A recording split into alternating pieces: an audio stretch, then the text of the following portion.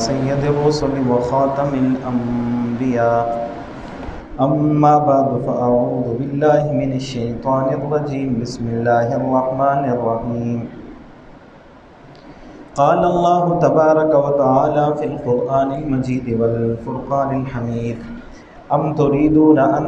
تسألوا رسولكم كما سئل موسى من قبل صدق الله العظيم وصدق رسوله النبي الكريم ونحن على ذلك لمن الشاهدين والشاكرين والحمد لله رب العالمين۔ قابل تکریم معزز و مکرم سامعین، سورۃ البقرہ آیت نمبر 108 آپ لوگوں کے سامنے تلاوت کی۔ اس آیت کریمہ کے اندر اللہ تبارک و تعالی نے حضور علیہ الصلوۃ والسلام کی دور مبارکہ کے اندر موجود بھلے وہ مشرکین مکہ ہوں یا یہود مدینہ ہو یا اہل ایمان صحابہ ہوں، مختلف تفاسیر کے اعتبار سے سب ہی کو خطاب کر کے اللہ پاک نے یہود کی جو اہل کتاب بنی اسرائیل ہیں ان کی ایک بری خصلت کو یاد فرما کے مسلمانوں کو متنبہ کیا کہ آپ اس سے محفوظ رہیں، اس سے بچیں۔ فرمایا ام تریدون ان تسألوا رسولکم، کیا تم چاہتے ہو ان تسألوا کہ سوال کرو رسولکم اپنے رسول سے، کما سئل موسیٰ من قبل، جس طرح کہ موسیٰ علیہ السلام سے سوالات کیے گئے اس سے پہلے۔ وَمَن يَتَبَدَّلِ الْكُفْرَ بِالْإِيمَانِ، اور جس بندے نے تبدیل کر دیا یا اختیار کر دیا کفر کو بالایمان، ایمان کے بدلے، فقد ضل سواء السبیل، فقد پس تحقیق ضل گمراہ ہو گیا سواء السبیل سیدھے رستے سے۔ تو اس آیت کریمہ کے اندر ام تریدون، کیا تم ارادہ رکھتے ہو، کیا تم چاہتے ہو، اس تریدون کے مخاطبین کون ہیں؟ اس کے اندر علماء کرام کے، مفسرین اکرام کے تینوں قسم کے اقوال ملتے ہیں۔ کچھ مفسرین اکرام فرماتے ہیں ایک تفسیر کے مطابق کہ اس کے مخاطب لوگ یہود ہیں، اور ایک تفسیر کے مطابق اس کے مخاطب مشرکین مکہ ہیں، اور ایک قول کے مطابق اس کے مخاطب اہل ایمان ہیں۔ پہلا قول کہ اس کے مخاطب لوگ یہود ہیں کہ اللہ پاک یہود ہی کو، جو حضور کے دور کے یہود یا اہل کتاب ہیں، ان کو مخاطب کر کے فرما رہے ہیں کیا تم اپنے رسول یعنی محمد مصطفیٰ صلی اللہ علیہ وسلم سے سوالات کرتے ہو، کما سئل موسیٰ من قبل، جس طرح موسیٰ علیہ السلام سے اس سے پہلے سوالات کیے گئے۔ سورۃ النساء کے اندر اللہ پاک نے اس تفصیل کو بیان فرمایا، یسألک اہل الکتاب ان تنزل علیہم کتابا من السماء، کہ یہود جو حضور کے دور کے اندر تھے یہ مختلف قسم کے سوالات نبی علیہ الصلوۃ والسلام سے فرمایا کرتے تھے، اور ان سوالات میں سے کچھ سوالات یہ بھی تھے کہ وہ کہتے تھے کہ یہ قرآن کریم یک بارگی آپ کے اوپر نازل کیوں نہ ہوا، جس طرح کہ تورات یا انجیل یک بارگی ایک ساتھ اللہ پاک نے نازل فرمائی موسیٰ علیہ السلام کے اوپر، انجیل عیسیٰ علیہ السلام کے اوپر، تو آپ کے اوپر یہ یک بارگی ایک ساتھ نازل کیوں نہیں ہوتا، یا اللہ تبارک و تعالی ہمارے اوپر کوئی کتاب نازل کیوں نہیں کرتا۔ یسألک اہل الکتاب ان تنزل علیہم کتابا من السماء، تو اللہ تبارک و تعالی نے نبی علیہ الصلوۃ والسلام کو تسلی دی، فقد سألوا موسیٰ اکبر من ذلک فقالوا ارنا اللہ جہرۃ، اللہ پاک نے نبی علیہ الصلوۃ والسلام کو تسلی دی کہ اے نبی آپ پریشان نہ ہو ایسے سوالات سے، فقد سألوا موسیٰ اکبر من ذلک، اس سے پہلے بھی یہ بنی اسرائیل اس قسم کے سوالات موسیٰ علیہ السلام سے بلکہ اکبر اس سے بڑے بڑے سوالات کر چکے ہیں۔ یہ تو موسیٰ علیہ السلام کو یہاں تک کہتے تھے ارنا اللہ جہرۃ، کہ ہم اللہ تبارک و تعالیٰ کو جہرن واضح طور پہ دیکھنا چاہتے ہیں۔ اس قسم کے سوالات بھی کیے، آپ نے پہلے بھی درس کے اندر سن لیا، سورہ بقرہ کے اوائل کے اندر یہ بات تھی کہ انہوں نے موسیٰ علیہ السلام کو واضح کہہ دیا تھا لن نؤمن لک حتی نری اللہ جہرۃ، ہم آپ کے اوپر اس وقت تک ایمان نہیں لائیں گے جب تک ہم اللہ پاک کو جہرن واضح طور پہ دیکھ نہ لیں۔ اس قسم کے سوالات وہ پہلے بھی کرتے تھے، تو حضور علیہ الصلوۃ والسلام کو اللہ پاک نے تسلی دی۔ تو اس اعتبار سے دیکھا جائے تو اس آیت کریمہ کی ظاہراً مخاطب وہ یہود اہل مدینہ بھی ہیں، اہل کتاب اہل مدینہ بھی ہیں۔ اللہ پاک ان کو متنبہ فرما رہے ہیں کہ تمہارے بڑوں نے جس طرح موسیٰ علیہ السلام سے بیہودہ قسم کے سوالات کی، کیا تم اس طرح اپنے نبی محمد صلی اللہ علیہ وسلم سے بھی اسی قسم کے سوالات کرنا چاہتے ہو؟ دوسری تفسیر کے اس سے مراد مشرکین مکہ ہیں کہ وہ مشرکین بھی حضور علیہ الصلوۃ والسلام سے بیہودہ قسم کے سوالات کرتے تھے کہ اس نبی کو ہم نے ماننا تو نہیں، تو حضور علیہ الصلوۃ والسلام کا انکار تو کرتے تھے، تو تمسخر کے لیے، استہزاء کے لیے عجیب و غریب قسم کے سوالات کرتے ہیں۔ مثال کے طور پہ نبی علیہ الصلوۃ والسلام کو یہ کہتے کہ آپ ہمارے سامنے یہاں سے ایک سیڑھی لگائیں جو آسمانوں تک چلی جائے، ہمارے سامنے آپ اس سیڑھی سے ہو کے آسمانوں کے اوپر جائیں، وہاں سے کتاب لے کے آئیں، اور پھر آپ اللہ پاک سے مانگیں یہ جو مکہ کی پتھریلی زمین ہے اس کو اللہ پاک سرسبز و شاداب کر دے، یہاں پہ باغات لگ جائیں، اس قسم کا معاملہ آپ کریں تو ہم آپ کی بات کو ماننا شروع کر دیں گے۔ یہاں تک ان لوگوں نے کہا کہ ان تأتی باللہ والملائکۃ قبیلا، کہ آپ اللہ تبارک و تعالیٰ کو کہیں کہ وہ خود تشریف لے آئیں، نہ صرف اللہ تبارک و تعالیٰ آئیں بلکہ ان کے پیچھے فرشتوں کی ایک بہت بڑی فوج لگی ہوئی ہو، اور اللہ پاک کہیں کہ یہ میرا رسول ہے، یہ میرا نبی ہے، اور جتنے اس کے ساتھ پیچھے فرشتوں کی لائن ہے وہ کہیں کہ ہم اس کی تصدیق کرتے ہیں کہ اللہ پاک سچ کہہ رہے ہیں، تو اس کے بعد ہم آپ کو نبی مان لیں گے۔ اس قسم کے بیہودہ قسم کے سوالات وہ حضور علیہ الصلوۃ والسلام سے کر رہے تھے، تو اللہ تبارک و تعالی نے اس آیت کریمہ کے اندر ام تریدون ان تسألوا رسولکم، کیا تم سوال کرتے ہو، کیا تم چاہتے ہو، ارادہ رکھتے ہو کہ ان تسألوا، کہ سوال کرو رسولکم، اپنے رسول سے، کما سئل موسیٰ من قبل، جس طرح موسیٰ علیہ السلام سے اس سے پہلے سوالات کیے گئے۔ تو اس قسم کے بیہودہ سوالات سے اللہ پاک نے اس آیت کے اندر متنبہ فرمایا کہ اس قسم کے سوالات نہ کیے جائیں۔ اور تیسری تفسیر کے مطابق کہ اہل ایمان صحابہ ہی اس کے مخاطب ہیں، کہ صحابہ کرام حضور علیہ الصلوۃ والسلام سے ابتداً سوالات تو کثرت کے ساتھ نہیں کرتے تھے، لیکن کچھ اعرابی صحابہ جو دور سے آئے ہوئے جو معاملات کو نہیں جانتے، وہ حضور علیہ الصلوۃ والسلام سے کچھ سوالات کر لیا کرتے تھے۔ مثال کے طور پہ کہ غزوہ حنین کے موقع کے اوپر حضور علیہ الصلوۃ والسلام نے جب غزوہ حنین کے موقع کے اوپر دیکھا کہ مشرکین جو ہیں وہ ایک درخت کو بڑا ہی متبرک درخت تصور کرتے ہیں، اس سے برکتیں حاصل کرنے کے لیے اس کے ساتھ اپنے اصلوں کو لٹکاتے تھے، جب اصلہ زیر استعمال ہوتا تو استعمال کرتے، جب استعمال نہیں ہوتا اس وقت وہ اس درخت کے ساتھ تبرک کے لیے اس کو لٹکا دیا کرتے تھے۔ غزوہ حنین کے موقع کے اوپر اللہ کے نبی نے بھی اس بات کا مشاہدہ کیا، صحابہ کرام نے بھی مشاہدہ کیا، تو جس درخت کو متبرک سمجھ کے وہ اس کے ساتھ اصلوں کو لٹکایا کرتے تھے اسے ذات الانوات کا نام دیتے تھے۔ تو صحابہ کرام نے جب دیکھا کہ مشرکین کے لیے یہ درخت باعث برکت، وہ جو اپنے ذہن و گمانوں کے اندر اس کو تصور کر رہے ہیں، تو مسلمانوں کے لیے بھی ایسی برکت والی کوئی چیز ہونی چاہیے۔ تو کچھ صحابہ نے، کچھ اہل ایمان نے حضور علیہ الصلوۃ والسلام سے بھی سوال کر دیا کہ یا رسول اللہ اجعل لنا ذات الانوات، کہ اللہ کے رسول ہمارے لیے بھی ایک ذات انوات مقرر فرما دیں، ہمارے لیے بھی کسی ایک درخت کو یا کسی چیز کو باعث برکت ارشاد فرما دیں، ہم اس سے برکتیں حاصل کیا کریں۔ تو حضور علیہ الصلوۃ والسلام نے اس کو برا محسوس کیا، پھر نبی علیہ الصلوۃ والسلام نے فرمایا سبحان اللہ، اللہ پاک ایسے معاملات سے پاک ہیں کہ خاص مخصوص چیزوں سے تم برکتیں حاصل کرو، اللہ کے ساتھ کسی کو چیز کو شریک کرنے کی کوشش کرو۔ نبی علیہ الصلوۃ والسلام نے اس چیز کو برا تصور کیا، اور حضور علیہ الصلوۃ والسلام نے پاک صحابہ کرام کی جماعت کو متنبہ کر کے فرمایا کہ یہ تو ایسی ہی مثال ہے، یہ تو ایسا ہی ہے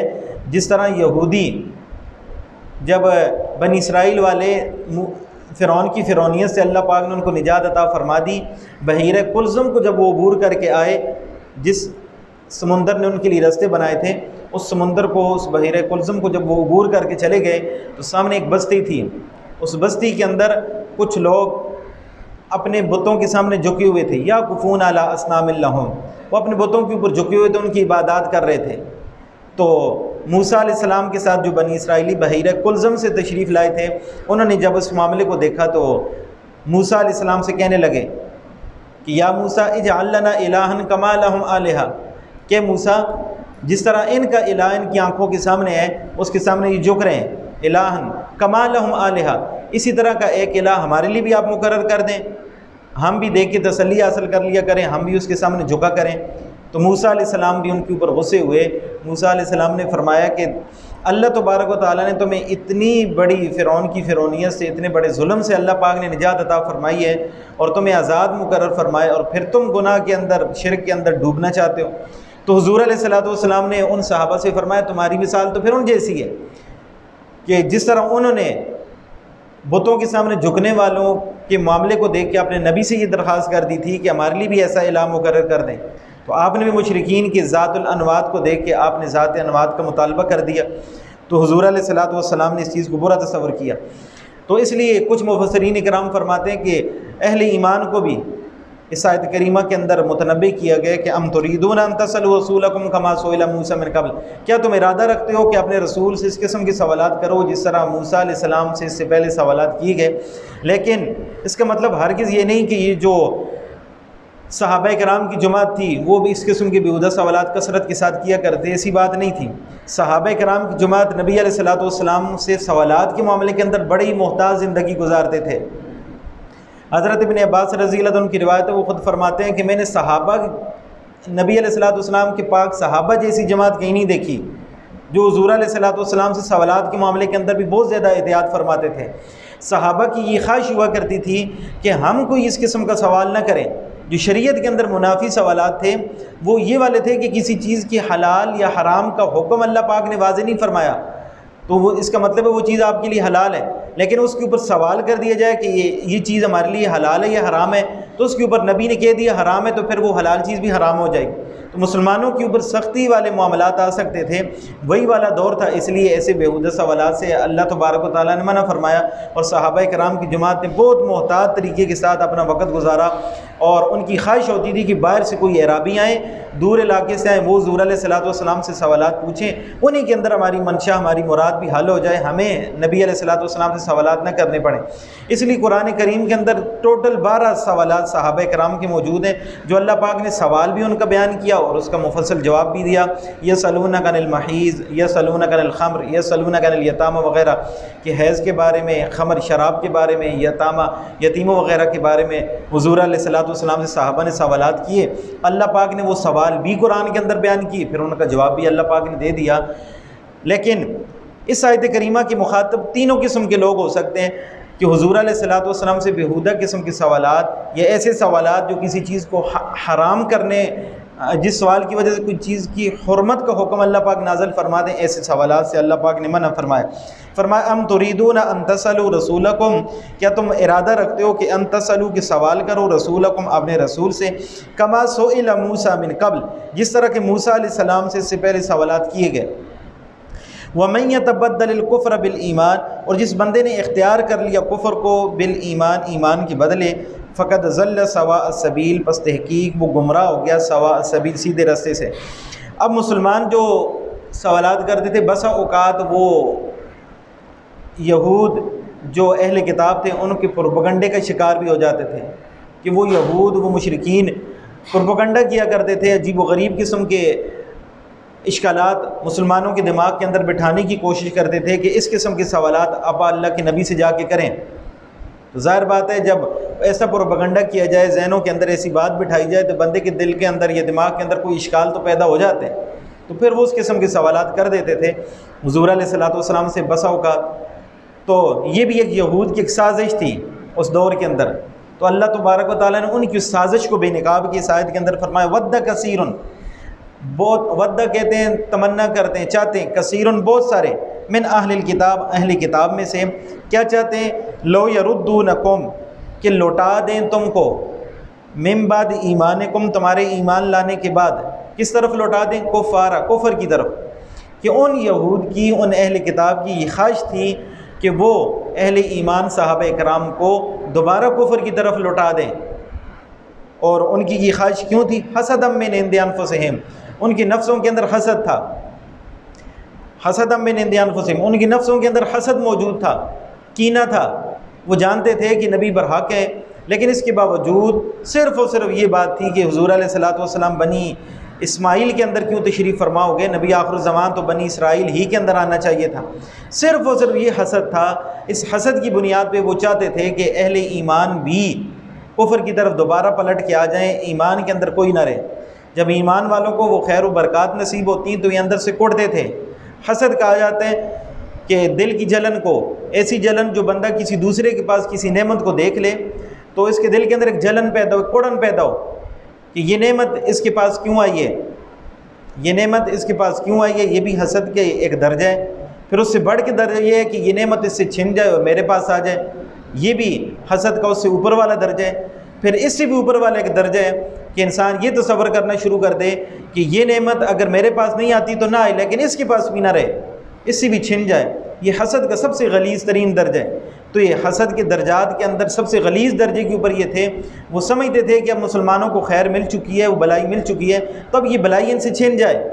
ہمیں نصیب ہوتی ہے یا نہیں ہوتی وہ علیحدہ بات ہے، لیکن ان کے پاس بھی یہ خیریت نہ رہے، ان کے پاس بھی یہ اچھائی نہ رہے۔ اس کے اندر وہ حسد کے اندر بہت اعلیٰ درجے کو پہنچے ہوئے تھے، اور یہ حسد بہت ہی خطرناک بیماری ہے۔ اس کے مقابلے کے اندر ایک دوسری چیز ہوتی ہے جس کو رشک کہا جاتا ہے، عربی کے اندر اس کو غیبتہ، اردو کے اندر اس کو رشک کہا جاتا ہے۔ رشک کی گنجائش، غیبتی کی گنجائش ہمارے دین کے اندر موجود ہے۔ کسی کے پاس کوئی بندہ اچھائی دیکھ لے، کوئی اچھی نعمت دیکھ لے، تو دل کے اندر یہ رشک پیدا ہو کہ اللہ نے اس کے اوپر اتنا بڑا احسان کیا ہے، اللہ تبارک و تعالیٰ یہ چیز اس کو نصیب کرے، لیکن اس کے لیے دل کے اندر یہ تمنا ہو کہ اللہ پاک مجھے بھی یہ چیز، یہ نعمت نصیب فرما دے۔ دوسرے کو جو نعمت ملی ہے اس کو اللہ پاک نصیب کرے، اس کے مقدر کے اندر وہ نعمت برقرار رہے، لیکن خود اپنے لیے اس چیز کی تمنا کرنا شروع کر دے، خود اس کے لیے تک و دو کرنا شروع کر دے، تو اس چیز کو رشک کہا جاتا ہے۔ دوسرے کو دیکھ کے کہ وہ اس مقام تک پہنچے دینی معاملے کے اندر یا دنیاوی معاملے کے اندر، اس نے محنت مشقت اس درجے کی کہ اللہ پاک نے اس کے پاس ڈھیروں یہ والی نعمتیں دے دی، تو میں بھی اس راستے کے اوپر چلوں، مجھے دینی معاملے کے اندر اچھے درجے مل جائیں، دنیاوی معاملے کے اندر مال و اسباب اللہ کی نعمتیں اچھی مل جائیں، تو اس کے لیے جو محنت کی جا رہی ہوتی ہے، سوچ رکھی جاتی ہے، اس کو رشک، یہ والا درجہ اسلام کے اندر جائز ہے، اس کی گنجائش ہے۔ لیکن دوسرے کی نعمت کو دیکھ کے جلن محسوس کرنا، اس کے پاس یہ کیوں ہے، اس کو حسد کہا جاتا ہے۔ اسلام نے اس کی گنجائش کوئی بھی نہیں رکھی، یہ چیز اسلام کے اندر بالکل حرام ہے۔ اللہ پاک ہم سب کو محفوظ فرمائے حسد سے۔ حسد اتنی گندی چیز ہے کہ اللہ پاک کے نبی نے فرمایا ان الحسد، کہ بے شک جو حسد ہے، یاکل الحسنات، وہ نیکیوں کو کھا جاتا ہے۔ کیسے کھاتا ہے؟ کما تاکل النار الحطب، جس طرح کہ آگ لکڑی کو کھا جاتی ہے بے نہیں، اسی طرح حسد انسان کی نیکیوں کو کھا جاتا ہے۔ کہ ایک تو انسان دل کے اندر کوڑتا رہتا ہے، وہ کوڑن اس کی مختلف بیماریوں کا سبب بن جاتی ہے، جسمانی بیماریاں بھی اس کو لگتی ہیں، اور اسی کوڑن کی وجہ سے کہ دوسرے سے یہ نعمت چھن جائے اور دوسرے کے ساتھ یہ کینے والے جذبات جو دل کے اندر رکھتا ہے، اس کی وجہ سے اس کی نیکیاں آہستہ آہستہ جل رہی ہوتی ہیں، وہ ختم ہو رہی ہوتی ہیں، اور انسان نیکیاں بھی کر رہا ہے، لیکن حسد کینہ دل کے اندر پال کے رکھا ہے، اس کے اعمال بھی ضائع ہو رہے ہیں، اس کو سمجھ بھی نہیں آ رہی۔ اس لیے اللہ پاک ہمیں اس گندی بیماری سے محفوظ و معمول رکھے۔ تو اللہ پاک فرما رہے ہیں کہ وہ مشرکین، وہ یہود مسلمانوں کے ساتھ یہ پروپیگنڈا کر کے ان کے دماغوں کے اندر جو اشکالات بٹھاتے تھے، وہ کیوں کرتے تھے؟ حسد من عند انفسہم، ان کی نفسوں کے اندر یہ حسد موجود تھا، اور یہ حسد بھی ایسے نہیں تھا کہ وہ جانتے نہیں تھے حق باطل کو۔ اللہ پاک فرماتے ہیں من بعد ما تبین لهم الحق، ان کے اوپر حق واضح ہو چکا تھا، اس کے باوجود بھی وہ حسد کو دل کے اندر لے کے بیٹھے ہوئے تھے۔ ان کو پتہ تھا کہ مسلمان حق کے اوپر ہے، اس کے باوجود وہ ان کے ساتھ حسد کرتے تھے۔ جب اس راز کو اللہ پاک نے مسلمانوں کے اوپر کھول دیا، اب ظاہر بات ہے مسلمانوں کو جب پتہ چل گیا کہ یہ جو اہل کتاب ہے ہمارے دشمن ہیں،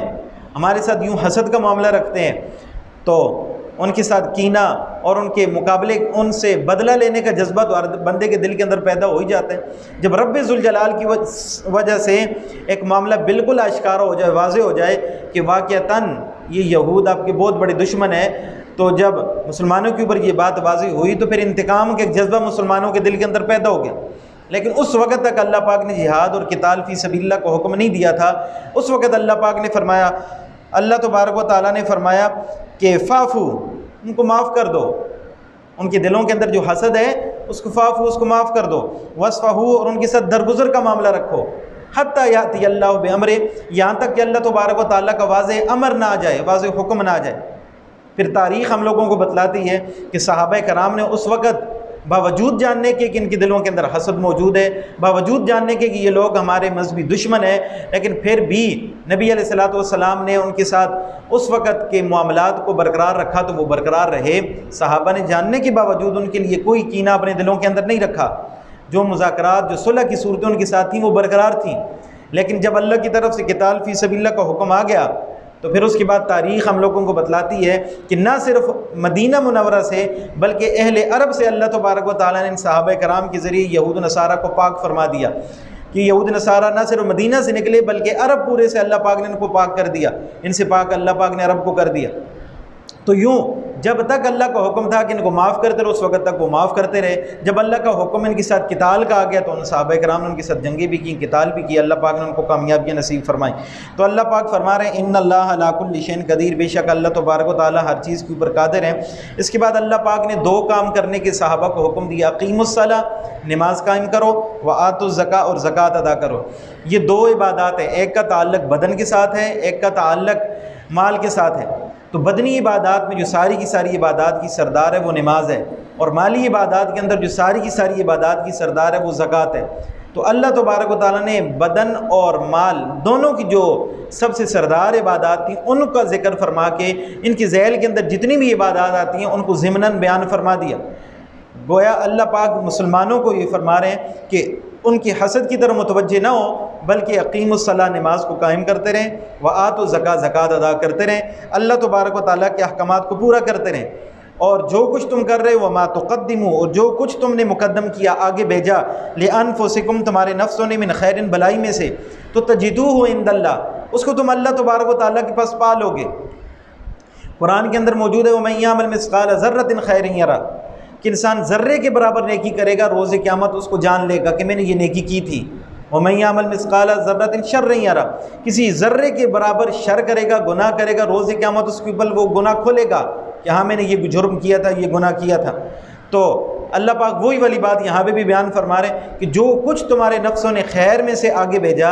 تو تجدوہ عند اللہ، اسے تم اللہ تبارک و تعالیٰ کے پاس پا لو گے کہ واقعتاً ہم لوگوں سے یہ نیکی ہوئی ہے، اور اس کا اجر اللہ تبارک و تعالیٰ تم لوگوں کو دیں گے۔ ایسا کیوں ہوگا؟ ان اللہ بما تعملون بصیر، بے شک اللہ تبارک و تعالیٰ جو کچھ تم کر رہے ہو اس کو دیکھنے والے ہیں۔ اللہ تبارک و تعالیٰ نے کرامن کاتبین اسباب بھی رکھے ہوئے ہیں، یہ باقی ساری کی ساری چیزیں، ہماری آنکھیں، ہمارے جسم کے اعضاء ہمارے خلاف ہمارے حق میں گواہیاں دیں گے، اور اللہ تبارک و تعالیٰ نے کرامن کاتبین جو مقرر فرمائے وہ بھی ساری کی ساری چیزیں۔ لیکن یہ کیوں مقرر فرمایا کہ یہ دنیا دارالاسباب ہے؟ اسباب کے درجے کے اندر یہ چیزیں بھی اللہ پاک نے بتلا دی کہ لوگ سبب کے درجے میں سوچیں کہ دنیا کے اندر اسباب کے درجے کے اندر معاملات ہوتے ہیں تو آخرت کے اندر بھی ایسا ہوں گے، اللہ پاک نے وہ بات بھی واضح فرما دی۔ لیکن یہ ساری کی ساری چیزیں نہ ہوتی تو اللہ تبارک و تعالیٰ کا علم، اللہ تبارک و تعالیٰ کا دیکھنا، اللہ پاک کا جاننا، یہی کافی شافی تھا ہمیں جزا اور سزا دینے کے لیے۔ تو اللہ پاک فرما رہے ہیں وہ اسباب تو اپنی جگہ ہے ہی ہیں، لیکن ان اللہ بما تعملون بصیر، بے شک اللہ تبارک و تعالیٰ دیکھ رہا ہے جو کچھ تم کر رہے ہو۔ تو اللہ تبارک و تعالیٰ ہمیں ان آیات کریمہ کو سمجھ کے اس کے اوپر عمل پیرا ہونے کی توفیق نصیب فرمائے، ہمیں حسد سے، ہمیں کینہ سے، ہمیں بغض سے اللہ پاک محفوظ و مامون فرمائے، بے جا سوالات جو دین کے لیے، اسلام کے لیے نقصان دہ ہیں اللہ پاک ان سے بھی ہم سب کو محفوظ و مامون فرمائے۔ وآخر دعوانا